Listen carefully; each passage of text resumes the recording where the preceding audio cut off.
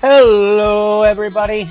Um, as you can see, the camera's a little bit higher because we had unexpectedly 2 packages arrive, which, if you look down in the description under the video, there is a Amazon list for anything that we think might be useful for future projects. And I have to assume someone ordered off that list because they showed up at my house, which it's all through Amazon, so my address doesn't get leaked, obviously. So we're gonna unbox and find out what this stuff is. We have a package and a bag. So I'm gonna start with the bag. Oh, let me turn the music off.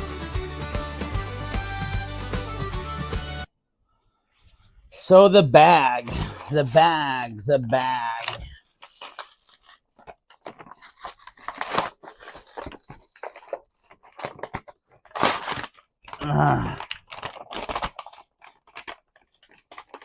It's a box.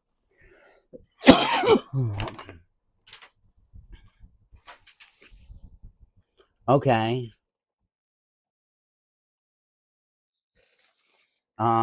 Oh, it's an essential oil set. I should have turned it over. Essential oil set. So I'm gonna guess it's either the candle or the soap making stuff that I had on the list.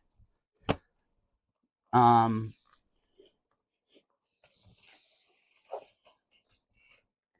on. Where are my knives? They're right here. Right here. Right here.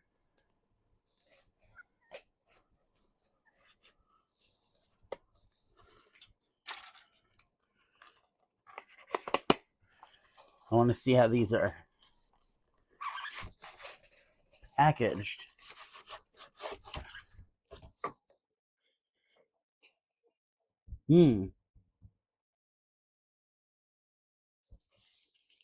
What are these? There's rosewood, gardenia, myrrh, chocolate, lang lang, litsea, lavender, coffee, spearmint, cinnamon, basil, clove, jasmine, banana, clary sage.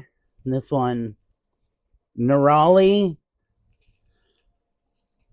osmanthus, patchouli, sweet orange, peppermint, cypress, sandalwood, pomarosa, laurel, watermelon, lemon, grapefruit, lemongrass, citronella, vanilla lime, geranium, tea tree, cedarwood, eucalyptus, milk, essential oil of milk. I didn't know that was a thing. Juniper, apple, frankincense, rose, rosemary, chamomile. So that's interesting. Makes me real curious what's in the box. Like I said, I think because these came when I wasn't expecting anything, they came from the list on Amazon that I made before the last stream for future projects. If you check the link in the description, it's one of the links. There's also a link to the playlist we're going to be reacting to. There's a link to we're having a large sale on everything we've done so far on stream. So I'm going to put that here for now until I figure out a place. Move my diamond art. Let's pull out this box. Now this is like 9 pounds. I don't know what it is. 9 pounds.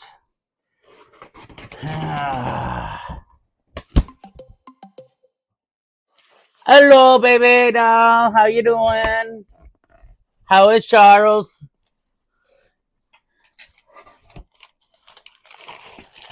Whoa. Okay. Candle making kit. And then we'll see what came in that. I'm going to have to throw all this paper away later. Oh, wow. This kit is like fit to burst. Look at this. It like is fit to burst. Oh, who are you with tonight? I thought you were with Charles.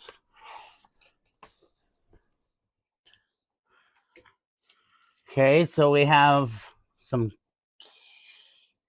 I don't know why you'd use those, but okay. I don't know. Are these ribbons? Pull flower ribbon. 10 pieces. This is candle making. Oh, cool. Where'd you find that?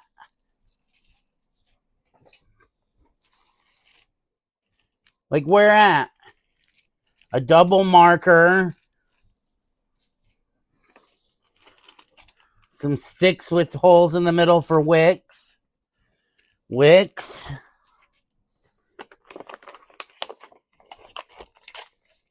And this looks like a whole... Oh, there's more. 2 giant bags of wax. Then we have a really small spoon.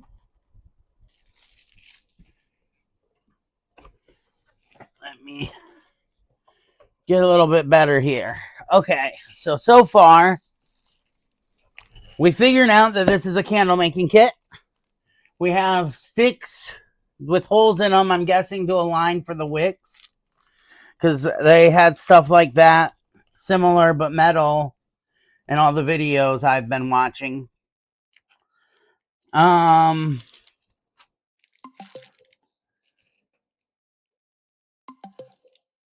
Awesome.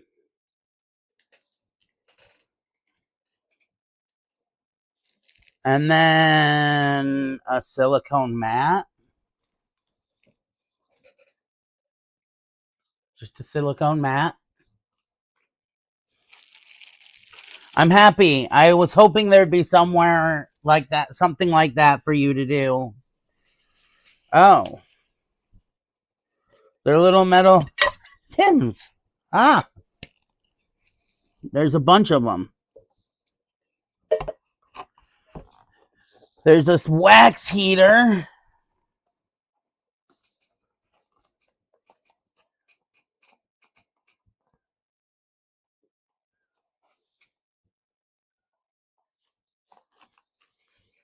And then it looks like gift boxes for the candles.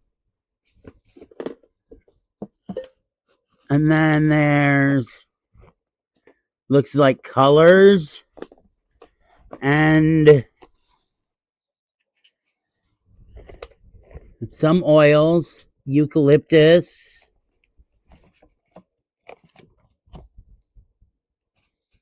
Royal blue. Lavender, tea tree. Lavender. There's quite a few scents in here.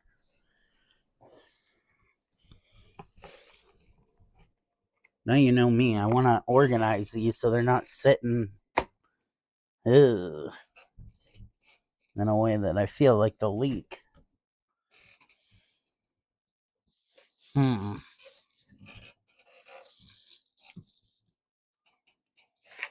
Giant bags of wax, though. Like, those are huge.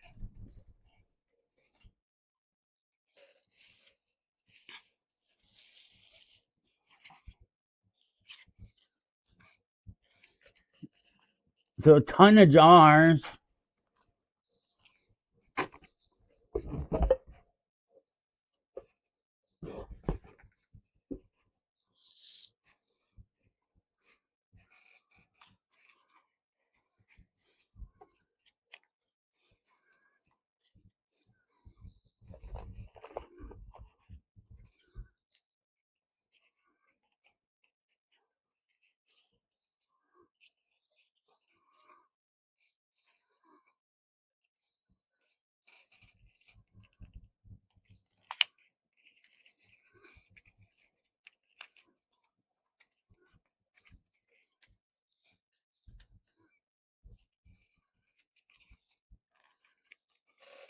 I can't get it to come out.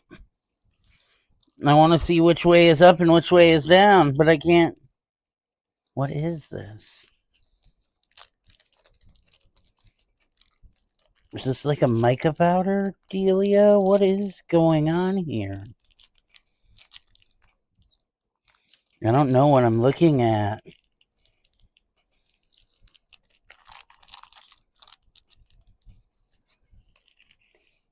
Is there like a guide in here? Luxurious candle making kit.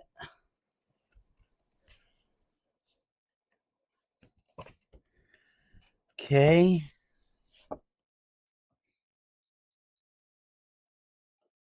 This is just instructions on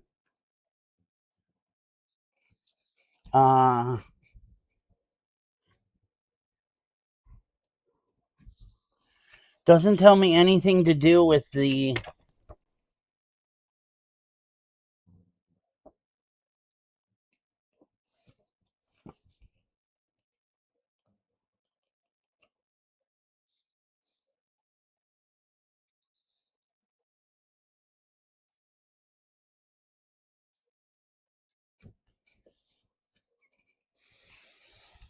So is there any other, like, do they all look like that?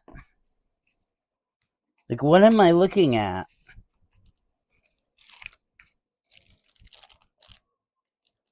I think I need to take this out and see what I'm dealing with here, because I'm so confused. It's like, oh, duh. Don't I feel stupid? It's wax. You melt down into the rest of the wax. That's... I feel real dumb. Real dumb.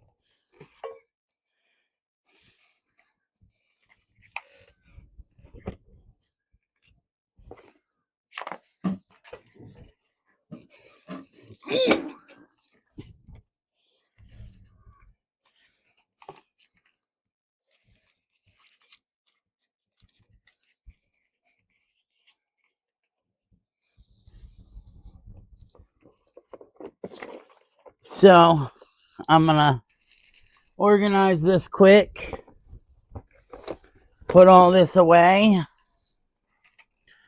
and we'll get to working on our diamond art for the night.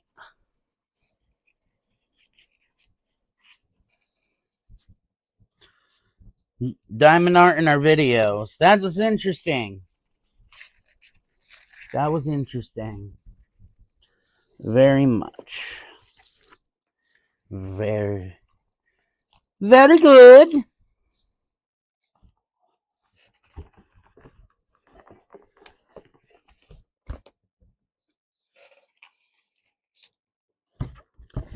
Very nice. Very evil.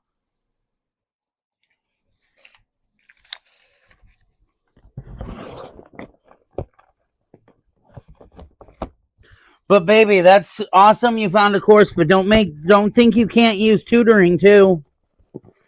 If you're having a hard time on your own, I mean. Though I know you can do it.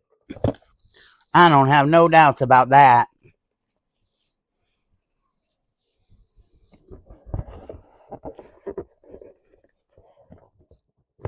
My baby's one smart cookie.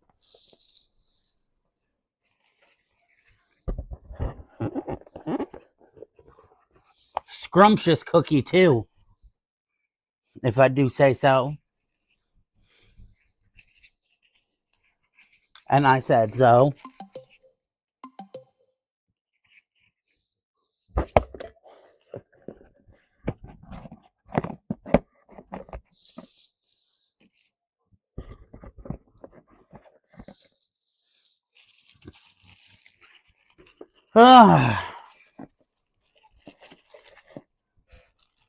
Whoop.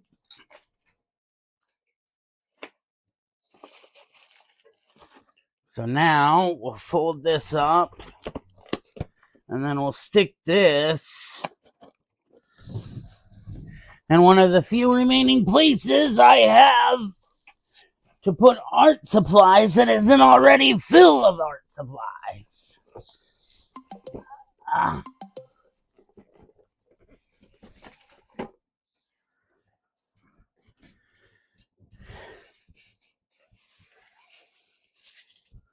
And now I need to hold on a second while I adjust the camera down because I zoomed way out in light of trying to get that big box up into frame.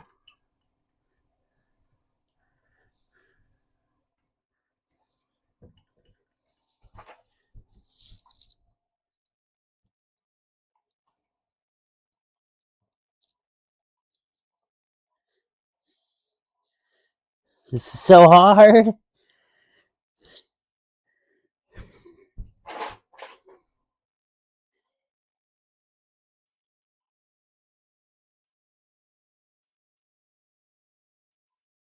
There we go. Okay. Now we left off on number 6, which is this green. We're working on this top corner here.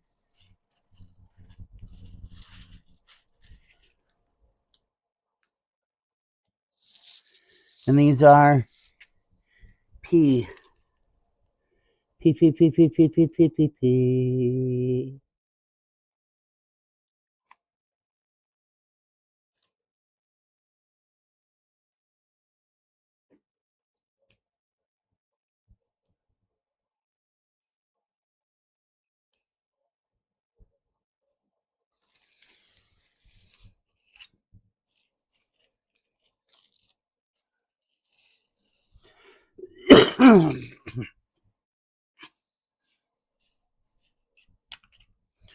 So now that I've readjusted here, we'll go over to our video screen. I'm going to start off with a Star Wars story tonight because I've had this one in my playlist for like 4 different streams and it's never played. Darth, theorist, rise.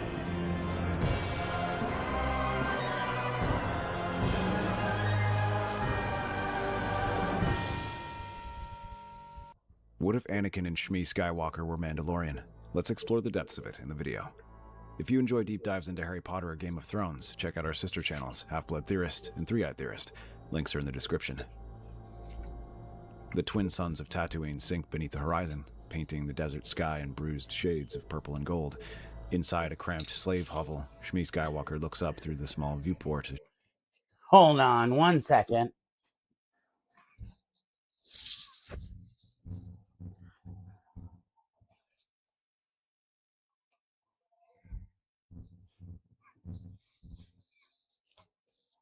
There we go. Now I should be able to hear.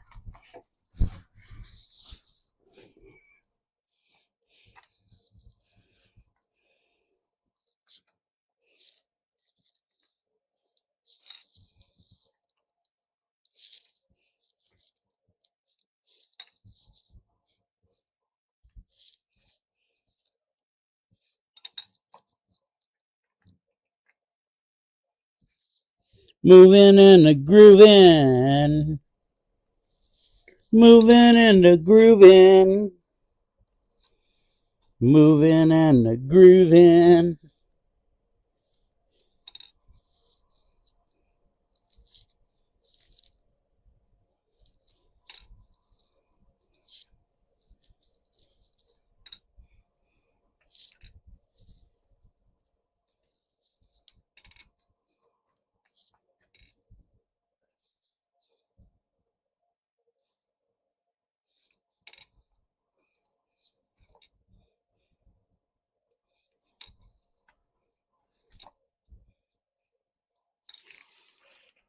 she tucks a coarse blanket around her son's shoulders. Her gaze drifts down to her marred, pained hands. These are not the proud scars of a she-wolf protecting her cub. These are not the calluses of a free woman managing her own household. No, these jagged lines and blaster burns are the undeniable marks of a slave, a permanent reminder that the roof over her head belongs to another. She stares up at the stars, remembering a life before the desert chains. The heavy stone walls of the Mandalorian fortress offer little protection against the chill of the midnight air. Inside the war room, the flickering light of a single holotable casts long dancing shadows across the faces of Shmi Skywalker and Andonai Kryze. Between them, maps of contested sectors glow a faint pale blue, surrounded by empty flagons of Corellian wine. Adonai slams his fist against the metal map table, rattling the empty vessels. The pacifists in the capital want me to sign a treaty with corporate rats. They expect the Kryze to beg for peace while our borders bleed. They expect you to be a politician, Adonai. You're a warlord. There is a difference, and the distinction currently keeps your people alive. A warlord without a war is just a loud man in an expensive chair. You know this better than anyone, Shmi. You saw the losses at the Jagged Ridge. I saw you charge a fortified hill with nothing but a jetpack and a vibroblade. While it was magnificent, it was also incredibly stupid. If you die, this entire coalition will fall apart before sunrise. Let it fall. We will build a stronger house from its ashes. He pauses, his booming laughter echoing through the empty rafters. He looks at Shmi, and his expression softens into a look of fierce, unshakable respect. You are the only person in this hemisphere who can call me stupid and live to see the morning. My captains fear my anger. My ministers fear my name. Someone has to keep your head attached to your shoulders. Your daughter is too young for the weight of your crown, and your enemies are circling the gates. Speaking of children, He leans forward, his heavy armor clanking against the edge of the table. He gestures to her stomach, his eyes wide with a strange mix of reverence and wonder. were the rumors from the medical bay true then? There is no father, no contract, no secret political alliance. There is no one, Adonai. The boy simply is. The medics have no explanation for it. Then the Cosmos have decided that House Kryze needs a proper alliance. My daughter, Bo-Katan, needs a warrior who can match her fire. When your boy comes of age, we will bind our houses by blood. Clan Skywalker and Clan Kryze will rule these sectors together. He is not even born, Adonai. Yet you are already planning his future. I am planning his survival. In our world, a child without a house is just prey for the vultures. Tomorrow we ride for the Northern Front. We will finish this campaign, and then we will drink to the future of our children. Don't drink too much tonight, or tomorrow. You will fall off your mount before the battle even begins.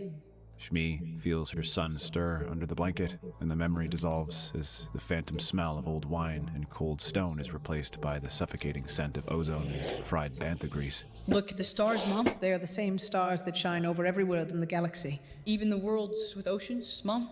The ones from the stories? Yes, Anakin. Even those. Your hands look hurt tonight. My hands are just old, little one. They look like they hurt a lot. These marks are old reminders. They belong to a life underwater. Tell me about the armor again. Tell me about the blue armor and the great halls. You already know the story well. I want to hear it before I sleep. It makes the sandstorm outside sound quieter. Many years ago, before the desert, there was a great warrior named Adonai Kryze. He was the ruler of a world called Mandalore. We stood side by side in massive battles during a terrible war. We fought for the safety of his people.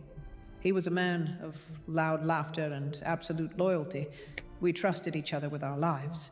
And you were his general? I was his counsel, his shield, and his truest friend. When you were born, Anakin, it was a miracle. You had no father, you simply came to be. Adonai saw you as a gift to the galaxy. He wanted our families to be bound together forever. He had promised that you and his daughter, Bo-Katan, would marry when you grew up. He wanted Clan Skywalker and Clan Kryze to become a single house. But then the bad man came. Adonai was killed in battle. His enemies took advantage of the chaos. Without my friend, I had no protection. Traitors captured me. They brought me to Tatooine. They sold me to Godula the Hutt. And eventually, we ended up here with Watto. Mom? Yes, Anakin. I like this story. It's a very good story. It's not a story, Anakin. It's your history. It feels like a dream. Sometimes I think you tell me these stories so I won't look at the slave transmitter in my bomb pad. It gives me something nice to think about when Watto yells. Mandalore sounds beautiful, but we are just slaves on Tatooine. We fix pod racers. We don't wear armor. The armor lives in your blood, Anakin. The desert cannot change your lineage. Now, go to sleep. Days blend into weeks until the arrival of outsiders disrupts the stagnant heat of Mos Espa. A Jedi Master named Qui-Gon Jinn, accompanied by a young woman from Naboo, enters Watto's junk shop in desperate need of a hyperdrive core. Recognizing the strange supernatural reflexes in the boy, Qui-Gon believes Anakin is the chosen one, and strikes a high-stakes wager with Watto. The terms center around the upcoming Boonta Eve Classic pod race. If Anakin wins the race, Watto will free the boy. Anakin drives like he's possessed by a demon, defying the deadly track and securing a miraculous victory. While the win secures the necessary ship parts and wins Anakin his freedom, the conditions of the wager leave Shmi behind in the clutches of the Toydarian. Inside the small hovel, the joy of liberation quickly sours in the painful reality of separation. Anakin stands amidst his meager belongings, his eyes brimming with tears. I can't do it, Mom. I just can't do it. She reaches into the deep lining of her tunic. Her fingers brush against a cold, heavy object, the only piece of her former life that the slave traders failed to steal. She pulls it out and presses the dark metal disc into Anakin's palm. This, Anakin, is a Mandalorian communication puck. It belongs to the old days, to the time of Adonai Kryze. It is encoded with a specific frequency. I never used it because I fear Watto would gain wind and kill us both, but I always dreamed one day you'd find your freedom. If danger ever finds you among the Jedi, or if something happens to me here on Tatooine, you must activate this device. It will send a beacon directly to Clan Kryze. It will tell them that the child of Shmi Skywalker is alive. Anakin turns the puck over, feeling the sharp, engraved sigils of the Kryze clan crest. For years, the stories of grand fortresses and royal betrothals were simply bedtime stories designed to drown out the sound of the desert wind. Now the stories feel as heavy and real as the metal in his hand. I thought that was just a story to make me feel better. I never lie to you, Anakin. The device is real. The metal is real. Hold it tightly. Remember that you are never truly alone in this galaxy.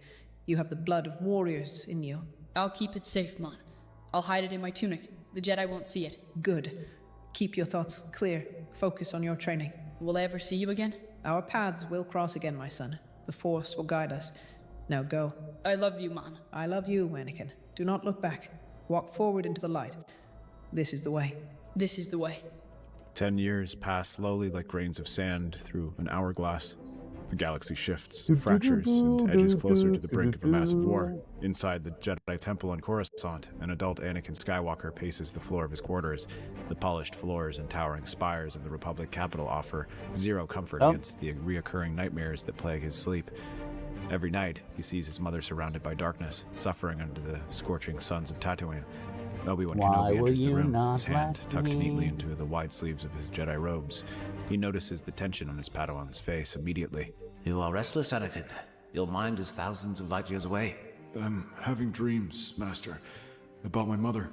She's in terrible danger. I can feel it. Dreams pass in time, Anakin. You must focus on the present. Our assignment is to protect Senator Amidala. The Republic depends on our focus right now. Your attachments must not cloud your mind. Yes, Master. I understand. Obi-Wan exits the quarters to check the security parameters Here of we the go. apartment building. Here the we moment go. the door slides shut, Anakin sinks on the edge of his cot. He reaches deep within the inner lining of his heavy Jedi tunic, his fingers wrapping around the cold, metal edges of the Mandalorian communication puck. For 10 years, he has kept it hidden from Obi-Wan, hidden from the Jedi Council, and hidden from the world. He sets the heavy disc onto the small table in the center of the room and presses his thumb firmly against the central transmitter node. The device hums to life, casting a stark blue holographic glow against the dim walls. The static crackles sharply, piercing the silence of the room. Anakin speaks into the receiver, his voice tight with desperation. This is Anakin Skywalker, son of Shmi Skywalker.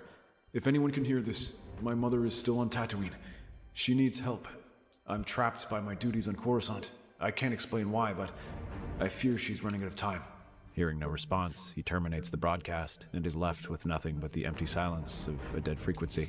He assumes the device is obsolete, an antique from a bygone era. Just as he's about to hide the puck away under his tunic, it vibrates violently. The blue light intensifies, coalescing into a sharp, clear projection. The figure of a woman appears in the light. She wears sleek, formidable blue and silver Mandalorian armor. A stylized Beskar helmet rests under her arm, revealing a sharp visage. Her breath catches audibly, and her commanding gaze fractures into sheer, unadulterated shock.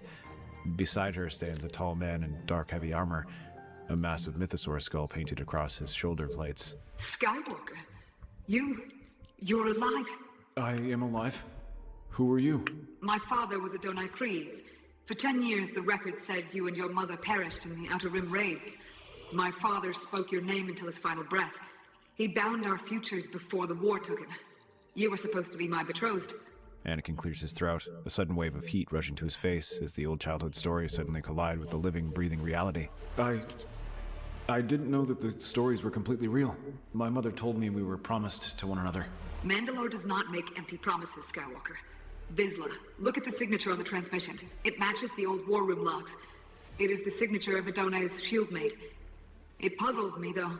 Why didn't she use this puck to contact us? Probably because she feared that if she tried to get a distress call out, Watto would catch wind and detonate the control chips planted inside our heads. If a slave tried to escape, slave owners would often blow them up to serve as examples for others. I found out after I was freed that Watto deactivated ours shortly after he acquired us, but I didn't know it at the time. Detonation chips? That's barbaric. Pre Vizsla steps forward into the projection range, his hand resting on the I'm hilt of the moving, dark, ancient weapon grooving on his hip. down His voice the carries the weight of a hardened soldier, even though his stern diamond face art. betrays a hint of Grooving. The frequency is absolute. Shmi Skywalker's son lives, and he wears the robes of a Jedi. Look, scorn me for being a Jedi if you like, but can we focus on my mother? I cannot leave my post to save her. The code forbids it. And my master watches my every move. But she is a slave in Mos Espa on Tatooine, and she needs help desperately. Bo-Katan snaps her helmet into place, the blue T-visor locking over her face with a heavy mechanical hiss that hides the lingering tremor of shock in her voice. When she speaks again, the fierce authority of Clan Kryze returns in full force. Shmi Skywalker stood by my father when the rest of the galaxy turned their backs on our house, and you are the missing blood of that alliance. We will not leave our own to rot in the cages of the Hutts. Assemble the gauntlet, starfighters. We set course for the Outer Rim immediately. You're going to help her? Just like that? A Mandalorian debt is paid in blood and steel, Skywalker. Your mother belongs to our house. Hold your post, Jedi. We ride for Tatooine. The transmission cuts out, leaving the room in darkness once more. Anakin stares at the empty table, an intense spark of hope igniting in his chest. The heat of Tatooine bakes the landscape as a heavy atmospheric rumble shakes the structures of Mos Espa. Two massive fighter transports descend through the clouds, their sleek wings rotating into landing position. The heavy vessel slams down into the desert sand outside Watto's junk shop, kicking up a massive dust storm that sends local merchants running. The loading ramps drop with a loud hiss of hydraulic pressure. Bo-Katan Kryze leads the charge, flanked by Pre Vizsla and a dozen heavily armored Death Watch warriors. Their jetpacks hum with a low, threatening vibration as they march down the dusty street. Watto flutters out of his shop, his wings beating furiously as he clutches a datapad, his snout twitching in absolute terror and anger at the sight of the armored strike team. What is the meaning of this? You can't park those massive ships here. This is private property. Bo-Katan walks directly up to the Toydarian, the tip of her wrist blaster clicking into an active position right beneath his chin. We're here for Shmi Skywalker. Produce her immediately, or we will reduce this entire block to ash. Skywalker, the slave woman. I sold her years ago to a moisture farmer named Klieg Lars, out near the desert wastes. Please, don't shoot. Where is the farm? Give us the coordinates now. Watto scrambles to punch the telemetry data into the gauntlet computer of the warrior. The moment the data transfers, Bo-Katan turns away from the merchant. Oh, are you doing it right now? We have a warrior to bring home. The squad ignites their jetpacks simultaneously, launching into the air in a cloud of blue flame. The transport roars to life, tracking the signal across the dune sea. At the Lars homestead, the air is thick with grief and desperation. Klieg Lars sits in a repulsor chair, his leg heavily bandaged. I didn't realize you were already going for that, baby.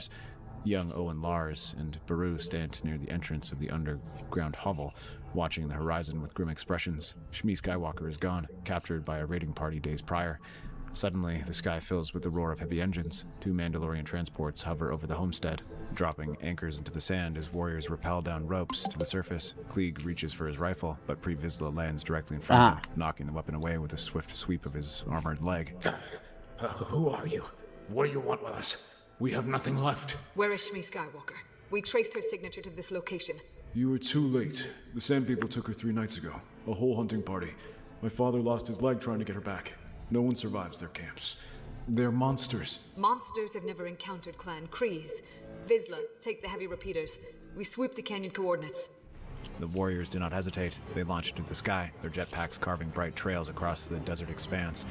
Within minutes, the strike team arrives at the rocky canyon camp of the Tusken Raiders. The Raiders look up, shrieking in defiance as they raise their cycler rifles toward the sky. Pre Vizsla opens fire from above. Heavy blaster cannons tear through their fortifications of the camp. The Death Watch warriors descend like a thunderstorm. I mean, it's not a bad idea. Unleashing streams I just didn't realize. to clear the trenches in seconds. Bo-Katan slides through the center of the camp, her dual blasters finding their targets with flawless, lethal precision. The results are nothing short of a slaughter. She whips open the heavy leather flap of the central tent. Inside, Shmi Skywalker lies bound to a wooden frame, battered and pale, but her eyes remain bright with the unyielding spirit of a warrior. She looks up through the gloom, recognizing the blue and silver armor of House Kryze instantly. She gives a short, cheeky grin, marred by injury and fatigue. You took your time, daughter of Adonai. Bo-Katan slices through the heavy ropes with her gauntlet blade, catching Shmi as she collapses down from the frame. The galaxy is a large place, Shmi, but promise made by my father is never forgotten. Your boy lives. He'd let us know you were here. Pre Vizsla walks into the tent, cleaning his vibroblade of desert dust. He looks down at Shmi, offering a rare, respectful nod to the woman who once led campaigns alongside their greatest warlord. Shmi looks at Pre Vizsla with a look of utter contempt. She has so many questions running through her mind, the first being how Bo managed to get involved with Death Watch. But the words fall to the back of her mind as her strength fails her. She leans against Bo-Katan's armored shoulder, a wary smile breaking across her cracked lips as they walk out into the bright light of the twin suns. I told him to remember the stars. Your place is no longer in the sand, Shmi. We return to Mandalore to prepare for your son's arrival. This is the way. This is the way. On Naboo, Anakin stands on the balcony of the Veracino villa, watching the sun reflect on the calm waters. Padme sits nearby, watching him with quiet concern. Suddenly, a low tectonic rumble echoes across the lake.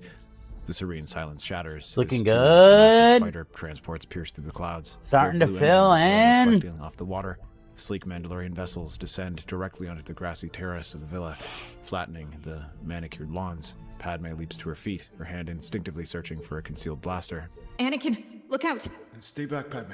It's all right. I know who they are. The loading ramps hiss open. Bo-Katan Kryze emerges from the lead ship, her blue armor gleaming under the Naboo sun. Behind her walks a figure clad in simple, clean garments, moving with a grace and dignity that the desert could never strip away. Anakin freezes. His breath catches in his throat as Shmi Skywalker steps forward onto the stone terrace. Mom? Anakin!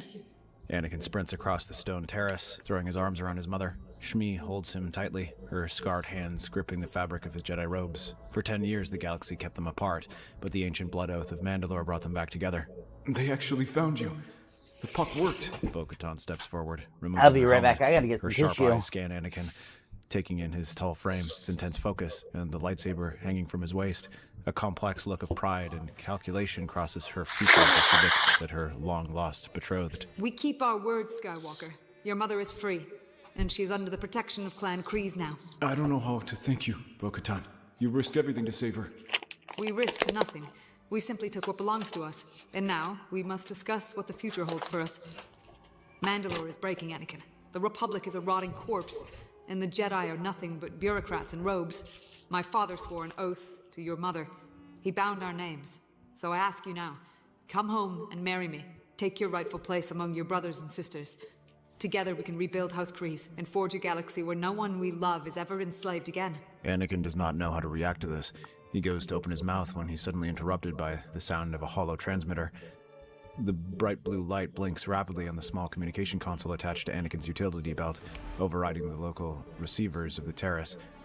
The miniature figure of Obi-Wan Kenobi flashes to life, his image heavily distorted by static and deep space interference. He gasps for air, the background showing a sleek, polished black corridor of an elite enclave on Geonosis. Anakin, Cullen, Anakin, my transmitter is failing. I tracked the bounty hunter Jango Fett to Geonosis, but I walked directly into a massive separatist assembly. You must retransmit this message back to Coruscant immediately, and tell the Council— Shut your mouth, Kenobi. The Mandalorian warrior steps directly into the projection beam, her shadow cutting across the miniature form of the Jedi Knight. Her voice carries a dangerous, icy edge. Anakin, who is this? My name is Bo-Katan. I'm his betrothed, you blind monk. I'm the woman who just pulled his mother out of the desert while you and your precious order left her to rot in chains. Your Republic is a playground for corporate vultures, and your Jedi Order is nothing but a collection of spineless hypocrites who preach peace while hiding behind temple walls. Bo-Katan. First of all, I don't exactly have time for this conversation. Second of all, this is a vast oversimplification. The Jedi operate within the laws of the Republic. We cannot simply invade sovereign territory to break treaties. The Order serves the greater good, and Anakin's path is to be a guardian of that peace. The greater good? You speak of peace, yet you abandon Anakin's mother just like you abandoned my sister. She never said a word to you, but she wanted to stay. Instead, you chose your order over her, just as you demanded Anakin choose your order over his mother. Obi-Wan freezes, the holographic image of his face tightening as the blood completely drains from his cheeks. The ambient noise of Geonosis' factories fades into a suffocating silence. Your sister? Satine. The name hangs in the humid Naboo air like a heavy anvil. Obi-Wan stands entirely motionless within the blue light, his jaw tightening as his usual quick wit and diplomatic composure shatter into total silence. Anakin looks between the frozen image of his master and the rigid posture of the Mandalorian princess, his confusion turning into a sharp, growing frustration. Master, who is Satine? What is she talking about? Years ago, before you came to the temple, Anakin, Qui-Gon and I were assigned to protect Duchess Satine Kryze during the civil war on Mandalore. We spent a year on the run. We grew incredibly close. If she had asked me to leave the Order, I would have walked away from the Jedi without a second thought. But she didn't ask, and the code required me to return to Coruscant. Anakin stares at the hologram. A sudden wave of sharp, biting anger ripples through his chest. He clutches his fists, his fingers digging into his palms as the pure hypocrisy of his master's past lecturings hit him like a physical blow. You spent a year on the run with a princess, and you would have left the Order for her. Anakin, it was a different time. It was an attachment I had to overcome to serve. You gave me complete Sith spit for even looking at Padme. You tell me that my thoughts about the Senator are dangerous, that attachment leads to the dark side, and that I need to master my feelings. Meanwhile, you were doing the exact same thing. Anakin, please. This is not the time for this argument. The Separatists are... Before Obi-Wan can finish his sentence, a loud metallic clanking echoes through his transmitter. The mechanical screech of dropping shields fills the audio feed. Two massive rolling droideka uncurl from the shadows behind the Jedi Knight, their twin blaster cannons snapping into an active position with a high-pitched whine. Blast it! Anakin, transmit the coordinates to Coruscant now. Anakin does so. At first, though, he is silent. Conflict is etched all over his face, but Bo-Katan can see where he is leaning. You want to rescue him, after everything that's happened? Oh, believe me, I'm not happy with him or the Order, but he's still my master and my friend. I can't just leave him to die. The problem is I'm supposed to protect the Senator. Well, lucky for you, I fully intend to rescue him. So I guess you'll just have to come with me. We are with you, brother. Consider this your welcoming to the fold. Besides, Clan Vizsla has a long overdue debt to pay to Django and Clan Moreel. Jasta, Morel, and Adonai were more Mandalorian than you and your band of savages will ever be.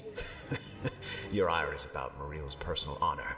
I was trying to reclaim our people's greatness. Meanwhile, Jaster's so-called true Mandalorians led the door to Satine's pacifistic ideas that have left our people soft, weak, and as helpless as lambs ready for slaughter. It's true. There is a reason why I have aligned with the Death Watch. My sister has grown so afraid of her own shadow that she won't even allow our homeworld a standard militia defense system. Do not mock Satine in front of me, Vizsla. Had you let me advise her instead of shipping us off onto a desert planet? Anakin looks to Vizsla as a realization strikes him. Wait, you were... Anakin's lightsaber flashes, and he looks like he's ready to pounce. But before he can commit to any action, Padme and Bo-Katan hold their respective factions back. Look, we can discuss whatever blood issues are going on later. Right now, we need to focus on helping Obi-Wan. Agreed. But make no mistake, Vizsla. This isn't over. The serene blue skies of Naboo are replaced by the toxic, rust-colored stratosphere of Geonosis. Can't help you there, baby doll. Through the atmosphere, completely ignoring the planetary defense grids as they drive straight toward the primary spire of the Stelgason hive. The lower loading ramps drop before the ships even touch the ground. Death Watch commando troops drop to the canyons like heavy rain of steel. The Geonosian warriors swarm out of the rock faces, their wings buzzing ferociously as they raise their sonic blasters, but they are utterly unprepared for the sheer brutal efficiency of a Mandalorian drop enclave. Between the roaring sheets of specialized wrist-mounted flamethrowers clearing out the tunnels and the heavy thermal explosives shattering the support pillars, the engagement is a completely one-sided battle. The Geonosians are systematically incinerated by flames or crushed beneath their own collapsing architecture, their sonic rounds deflecting harmlessly off the reinforced Beskar plating of the Vanguard. Deep within the damp, subterranean levels of the Hive, Bo-Katan and Anakin move in perfect synchronized movement. Anakin cuts through the lines of battle with sweeping aggressive strikes. His blue blade reflects off Bo-Katan's armor as she covers his flanks with precise dual blaster fire. They blast through the high-security holding cells, blowing the heavy blast doors off their hinges to find Obi-Wan Kenobi suspended in a magnetic containment field. Obi-Wan blinks against the dust of the explosion, his eyes widening as Anakin shatters the emitter nodes with a single flick of his lightsaber, dropping his master to the floor. Anakin, I see you brought reinforcements, though I do question their methods. Save the lecture for later, Master. We're getting you out of here. While the rescue team secures the lower levels, Pre Vizsla leads his heavy shock troopers directly to the upper spires, breaching the reinforced dome of the Separatist Council chamber. Inside, the corporate leaders Newt Gunray, Wat Tambor, and the rest of the executive board shriek in terror, scrambling away from the grand table as Vizsla steps through the smoke. From the cockpit of the hovering transport above, Padme watches the real-time tactical feed, her face twisting into obscure horror as she realizes what the Death Watch leader is pulling from his utility belt. She screams for him to stop, but Pre Vizsla does not even hesitate. He primes a heavy thermal imploder and hurls it directly into the center of the council table. His voice amplification system carries his cold resolve over the comms. Republic laws do not apply to Mandalore, Senator. He fires his jetpack, rocketing backwards out of the chamber just as the imploder detonates. A blinding, localized implosion vacuums the oxygen from the room before expanding it into a massive, violent fireball, completely obliterating the Separatist council chamber. The corporate executives are erased in an instant, leaving Count Dooku and Jango Fett as the only survivors to stumble out of the burning wreckage of the upper terrace. Dooku draws his curved hilt, his face a mask of cold fury, but the sheer volume of Death Watch's explosive fire forces him to retreat toward his solar sailor. Jango Fett, however, fires his jetpack, landing hard on the rocky platform directly opposite Pre Vizsla. The two Mandalorians circle each other amidst the smoke and falling debris, their hands hovering over their weapons. Traitor! That's rich coming from scum like you. Vizsla's response is the immediate, deafening roar of his jetpack. He rockets forward, drawing the ancient, black-bladed darksaber. The unique weapon crackles with a low, menacing hum, its white-hot edges tearing through the airborne soot as he swings at Fett's head. Jango drops flat beneath the arc of the blade, his twin Wester 34 blaster firing a rapid succession of blue plasma bolts directly into Vizsla's chest. The heavy Beskar armor deflects the brunt of the impact, but the sheer kinetic force staggers the Death Watch leader backward. Vizsla snarls, using his wrist-mounted whipcord to snare Jango's arm, jerking the bounty hunter off balance, disarming him of his blasters. They collide in a brutal, unrefined display of Mandalorian close-quarter combat, helmet smashing against helmet, knees driving into armor gaps, Jango using a hidden vibroblade to block the darksaber. Vizsla gains the upper hand, pinning Jango to the rock. The crackling edge of the darksaber inches from Jango's throat. You are clone herder, Fett. A stain on our history. Jango looks directly past the black blade into Vizsla's eyes, his expression twisting into a cold, lethal grin. This is for Juste. Before Vizsla can process the name, Jango activates his jetpack's missile launcher at point-blank range. The rocket doesn't fire upward. Instead, Jango triggers a manual override, detonating the thruster fuel directly into Vizsla's faceplate. The localized explosion shatters Vizsla's visor and throws him backwards into the jagged stone. Now, with an opening, Jango takes the blade and stabs it into Vizsla's exposed neck. The Death Watch leader stiffens, his breath hitched before his body goes entirely limp. The darksaber slips from his fingers, clattering loudly against the stone terrace. Jango stands over the corpse, panting. He reaches down and wraps his gauntleted hand around the hilt of the ancient weapon, lifting it from the dirt as the remaining Death Watch commandos in the courtyard freeze in sheer, stunned silence. Jango turns to make his escape toward the lower landing platforms, but his path is instantly blocked. Anakin Skywalker, Bo-Katan Kryze, and Obi-Wan Kenobi emerge from the Hive entrance, their weapons drawn. Anakin's eyes lock onto the darksaber in Jango's hand, and then down to Vizsla's body. Without a word, the young Jedi steps forward, his blue blade igniting. He doesn't wait for a command. Obi-Wan shifts his weight, his lightsaber coming up to assist his Padawan. Anakin, wait. Together. Bo-Katan's armor-clad arm snaps out to stop Obi-Wan in his path. Her grip on his shoulder is like iron. her eyes fixed entirely on the clash between the Jedi and the bounty hunter. Stay back, Kenobi. He's a bounty hunter, Bo-Katan. He's trying to kill my Padawan. Jango has slain Vizsla and holds the blade. By our laws, this is a challenge to the right to rule. Let him finish it as his tradition. This is the way. And why should I care about your traditions? Because this fight is as much Anakin's trial as it is a Mandalorian tradition. I would have thought you Jedi would understand something like that. Obi-Wan does, and takes a step back with a nod. Anakin's fury drives Jango backward. Fett fires blasters hidden in his shin armor, but Anakin deflects the bolts effortlessly, slicing the barrels off the Wester pistols with 2 precise strikes. Jango Taking a ignites the second. darksaber to parry, but You he wish is you had exhausted some from his ice fight with cream. Vizsla. The heavy You kinetic should have had strikes some before you from Anakin's left, lightsaber beat goober. down Jango's blade, vibrating through his arms until the sheer force of a telekinetic push slams Fett against the canyon wall. You're a Anakin goob. stands over him, blue blade humming inches from Jango's helmeted face, the raw power of the Force rolling off the young Jedi in waves. Jango looks up at the blue plasma, his breath rattling inside his helmet. He lowers the darksaber, letting the black blade deactivate. He drops his head back against the stone. I yield. Anakin steps forward, deactivating his saber and hooking it to his belt.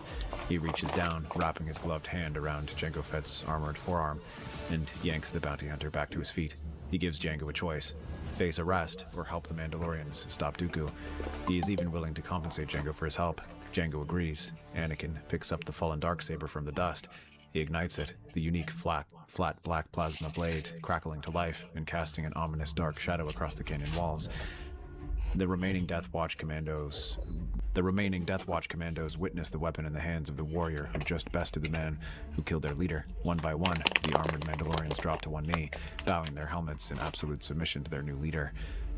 Upon the high terrace, Count Dooku continues his retreat toward his solar sailor, but his escape route is instantly cut off. Mace Windu, Yoda, and a strike team of Jedi Masters emerge from the lower transport bays, lightsabers ignited. Dooku spins around to flee down the canyon path, only to find Anakin, Bo-Katan, Jango, and the entire vanguard of the Death Watch blocking the exit, weapons raised. Outnumbered, completely outgunned, and with his separatist leadership erased, Dooku realizes the futility of a fight. He slowly lowers his curved hilt, deactivates the Crimson Blade, and yields. In the weeks that follow, the political landscape of the galaxy fractures. Taken into Republic custody, Dooku directly testifies before the Galactic Senate, exposing the entire grand deception and revealing that Supreme Chancellor Palpatine is in fact the Sith Lord Darth Sidious. Before Palpatine can execute Order 66 or manipulate the courts, the joint strike force of Jedi Masters and Mandalorian shock troopers swarm the executive office. Palpatine is arrested, stripped of his authority, and locked inside a heavy reinforced Mandalorian sarcophagus, specifically lined with ancient Sith containment runes. To ensure he can never manipulate the Force or escape, the entire sarcophagus is dipped into a block of solid carbonite, sealing the Dark Lord permanently in frozen stasis. With the Sith threat neutralized, Anakin stands before the Jedi Council one last time. He detaches his lightsaber, places it on the central floor of the chamber, and officially declares he is leaving the Jedi Order. He refuses to be a tool for their rigid code any longer. Anakin returns to Naboo and Mandalore to fulfill his childhood lineage.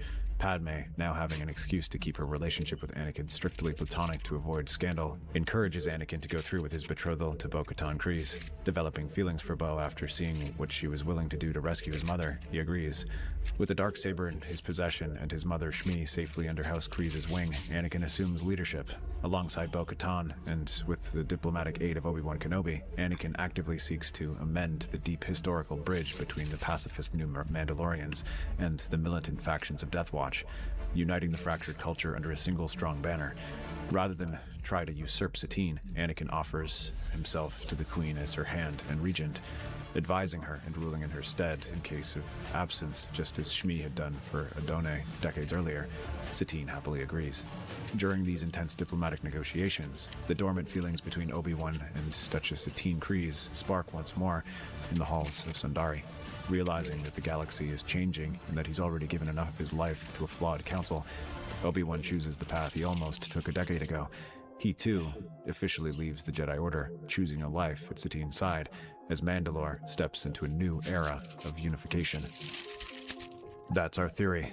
Star Wars is a galaxy filled with exciting stories and possibilities, and we love exploring them. If you want to accompany us on this journey to a galaxy far, far away, then please like, share, and subscribe to our channel. If you enjoyed I wonder what's next. Check out our sister channels, Half-Blood It's Theorist on and the shuffle, so I Three-Eyed Theorist. honestly don't Links are in know. the description. What if Vader turned back to the light when he found Ahsoka's lightsabers? The final scene of the Clone Wars depicts This Vader one arriving is on an the interesting undisclosed me right location. now. Welcome back, Defenders. This is bad news for Russia. Russia's largest oil refinery in flames as Ukraine strikes Omsk, 2,500 kilometers from the border. This is 10% of all of Russia's refining capacity, half of Siberia's fuel.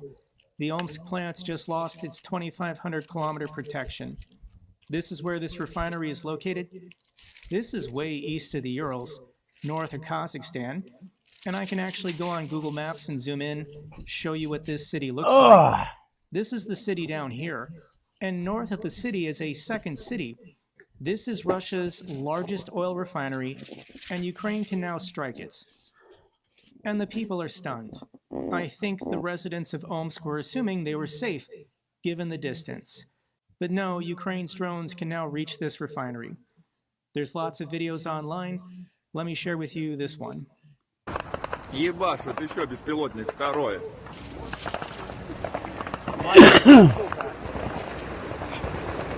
Стреляет отовсюду.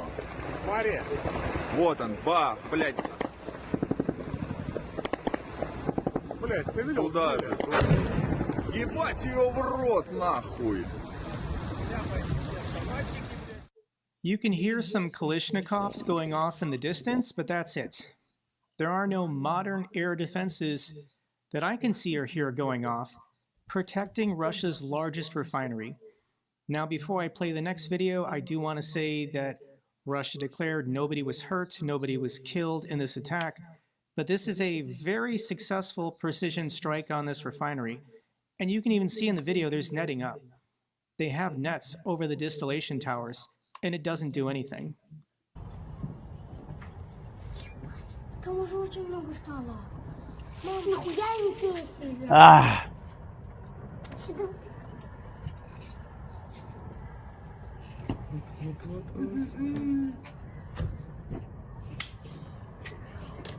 Кого попали? В лес? Попали.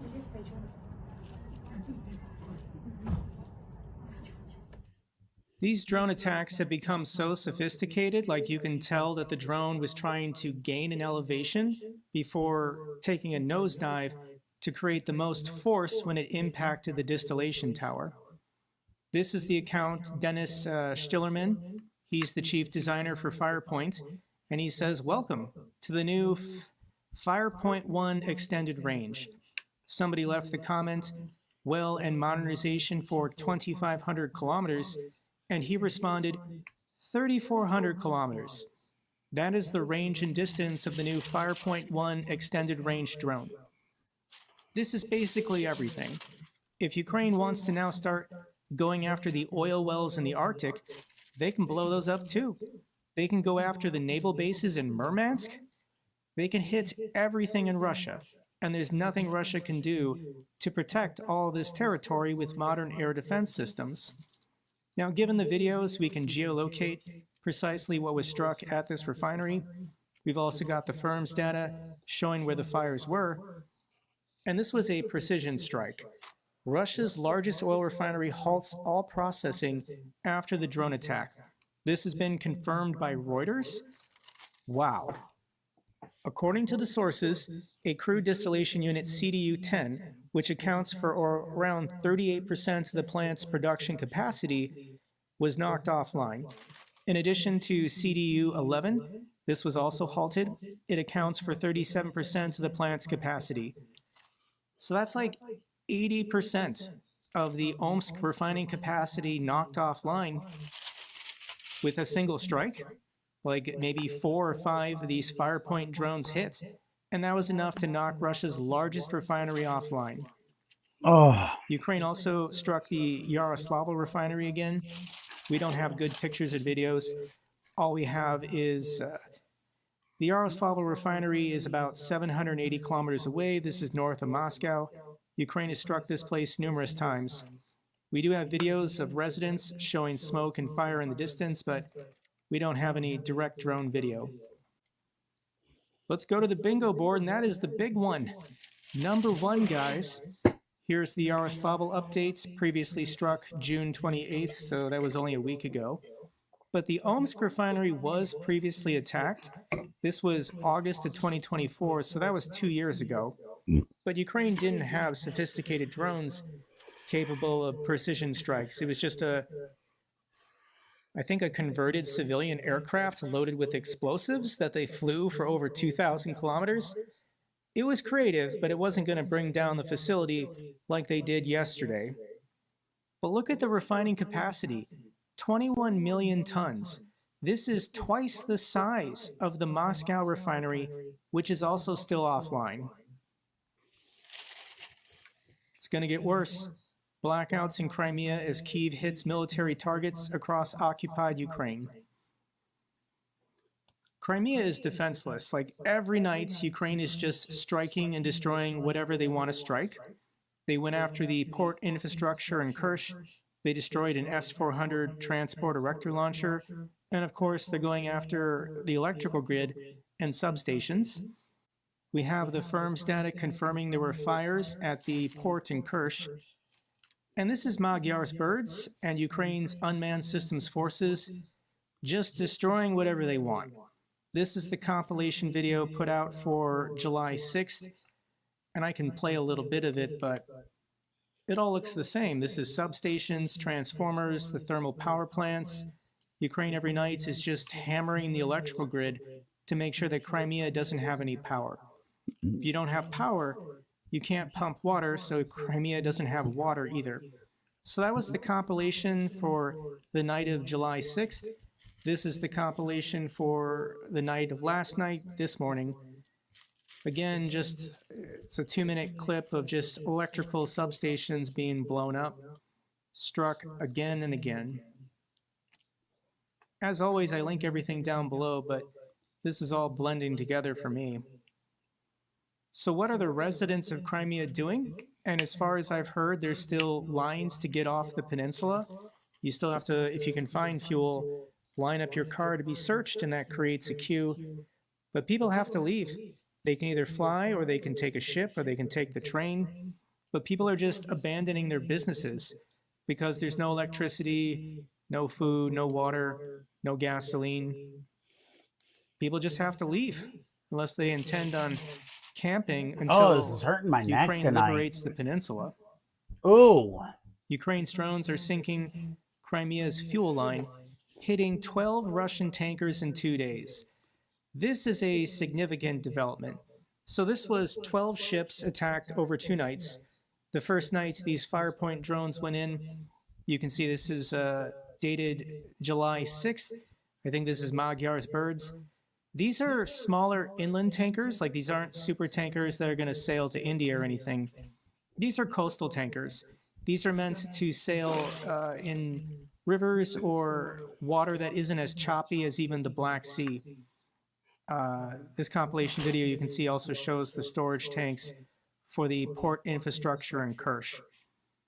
I think this compilation video also shows the transport erector launcher that was destroyed as well. Whew. So that was night 1. They got 2 ships. The next night they got 10. 10 ships in a single night struck by Firepoint drones. Now, it's impossible to say if these tankers are empty or loaded up. This is happening in the Sea of Azov, so if there's a major spill, this will wash up on Ukraine and Russia's coastal lines more than other countries in the Black Sea area. But this seems to be a new strategy, to go after these coastal tankers and making sure they can't do ship-to-ship transfers. I think this is what Ukraine is attempting to prevent the Russians from doing. So let's go to the, well, this is what it looks like for a ship-to-ship transfer. Russia has been doing this, loading up coastal tankers, sailing them to the other side of the Kerch Strait Bridge, and then connecting them to bigger ships that eventually will sail out into the Mediterranean. But this is happening in the Sea of Azov. So I'm making an assumption here that the export terminals in Tuapse and Novorossiysk are just shot, and Russia's workaround to this is to load up their coastal tankers in the Sea of Azov, or maybe even upriver a little bit if these things can get through the locks. They're then having the coastal tankers go through the strait, meet larger ships off the coastline here, and then do ship-to-ship transfers. That's incredibly dangerous when Ukraine is actively targeting these ships with naval drones as well as now these new Firepoint drones, but I bet you some of these coastal tankers are also sailing directly to Crimea to try and get fuel to the peninsula. And they're done. Ukraine is saying, you're not doing this anymore. We're just going to sail drones directly into your ships now, sinking them full or empty. We don't care. But Crimea is a no-go zone for anything for the Russian military. Ukrainian missiles strike Russian airports, energy sites, as Blackout reported in Belgorod. This isn't getting a lot of news, but Belgorod's been getting hit pretty hard the last couple days. This is the main gas pipeline distribution that was struck with a missile, and that's what it looks like when the main gas pipeline I'll be right back. explodes. I need to get eye drops.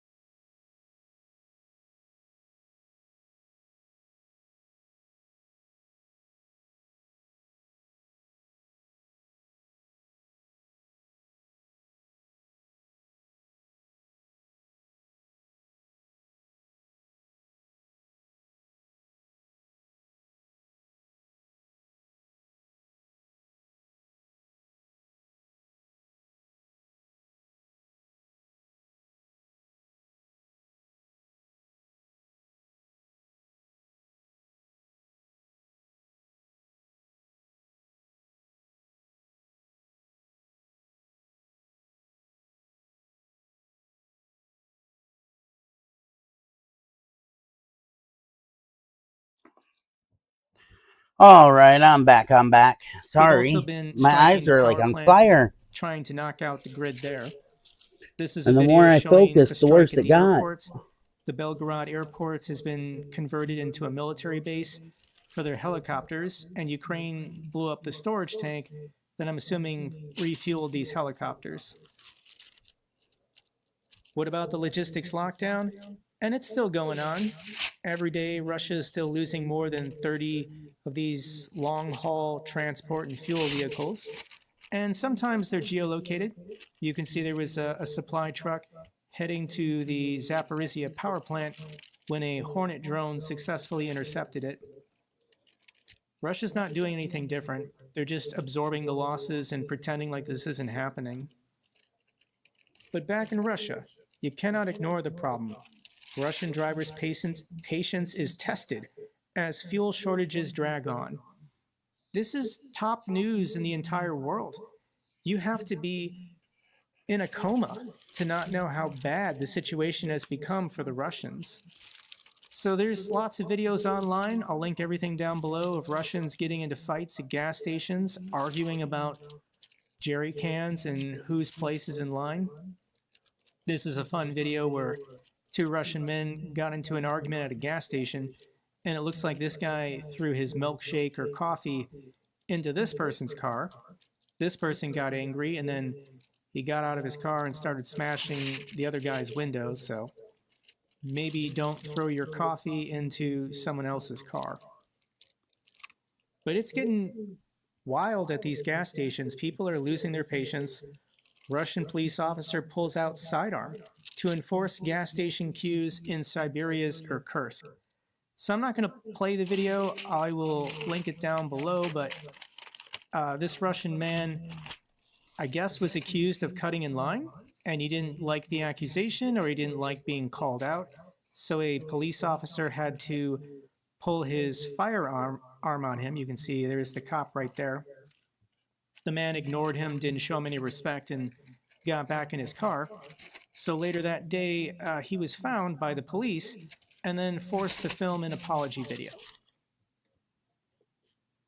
Yep.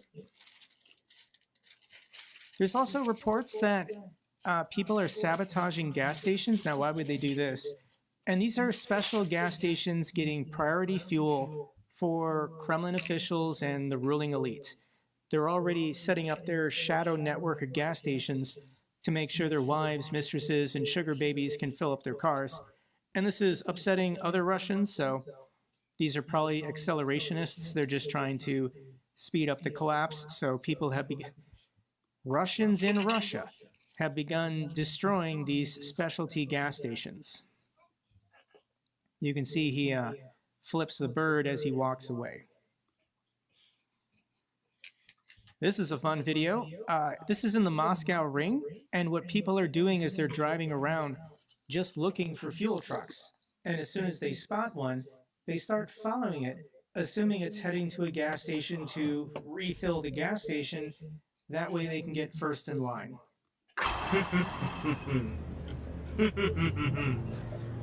Куда едешь? А куда едешь? Я за тобой. Поймал, блядь. Поймал. Я за тобой. Ты мой сладкий. Блядь.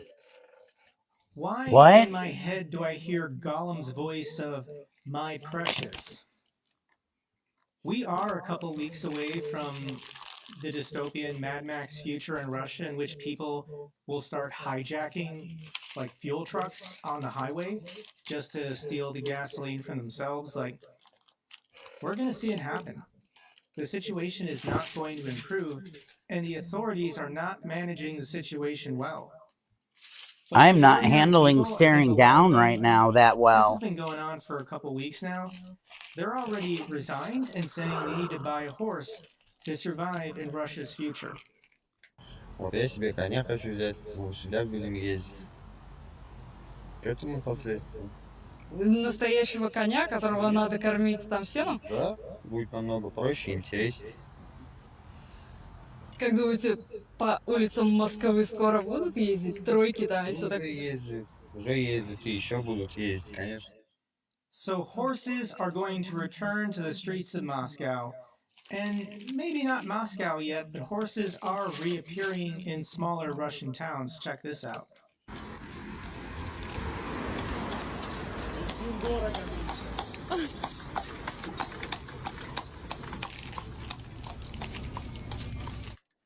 What's the expression? What? In the valley of the gasolineless, the man with a horse is king. But we know what's going to happen. Like, Russians are going to start stealing each other's horses after this. Lots of videos of women in their cars. This one's interesting because this Russian woman just filled up, and then her check engine light came on. Because Russia has approved lower quality gasoline being sold, it doesn't work in modern cars, so it's destroying anything that's not a Lada. This is what this woman says. In Novosibirsk, there is not only no gasoline or fuel, they are afraid to simply fill up their car with gas. I filled it up yesterday, full tank of gas. My check engine light is on today. Are you serious? Stand in line for 5 hours, pay a lot of money, and end up without a car. You're just laughing your asses off. What are we heading towards? I have no words. I only have emotions. First of all, I just want to say hello and shout. I don't know who to turn to for this. What do I need to drain now? Get ready for an examination, to wait to be without a car. I don't understand. Why the F am I living at this time? Well, if you destroy the cars with lower quality gasoline, then there's less demand and you resolve the problem faster. But here's some serious analysis from Mikhail Khodorkovsky. He used to be Russia's richest man, and he was in charge of their largest oil company until Putin put him in jail in 2003. And here's his thread explaining what's happening, and he should know. He understands Russia's oil business. A fuel crisis keeps spreading across Russia. Iran, the country's largest oil company. Let me explain what is actually happening and why the Kremlin cannot stop it. Among the plants now burning are the Samara refineries I was once directly responsible for.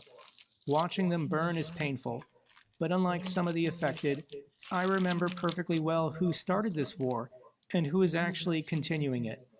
Ukrainian drones are hitting practically every major refinery in the European part of Russia, with only the small teapot plants near the North Caucasus being spared. I thought the Moscow refinery would be covered by air defense. Turned out that wasn't even the case. By volume, this is not yet a catastrophe. Refining output is down roughly a quarter, which in monthly terms means hundreds of thousands of tons. Russia could buy that fuel abroad and bring it in. The breakdown is in the logistics and decision-making. Moving fuel across a country this size means pipelines, rail tankers, trucks, state reserves, company stocks. Someone has to decide what goes where and quickly. This is what is failing. Shortages have reached Chita and Irkutsk, thousands of kilometers from the front. The Kremlin has two ways out. The market way, free the prices. I might call it early tonight. All of a sudden, I'm hitting a wall. Like $5 a liter. Demand collapses. Supply flows in because shipping it pays. And in 3 to 5 months, things settle. The regime cannot afford that picture. The administrative way, companies move fuel between regions themselves. That means booking rail capacity and coordinating with each other, and the state would have to help organize it. It no longer knows how. The qualified people left, scattered or refused to touch this. The government chose the third option, cutting fuel quality standards to Euro 2. There is room below even that. You can pour chemistry into straight-run gasoline and sell it. It destroys the catalytic converters of modern cars. In the Kremlin's arithmetic, yeah, I don't know. I just hit a wall, baby. After every strike, repair crews do the impossible. Maybe tomorrow. I cannot even we'll imagine do some what those brigades candle are pulling making. off right now.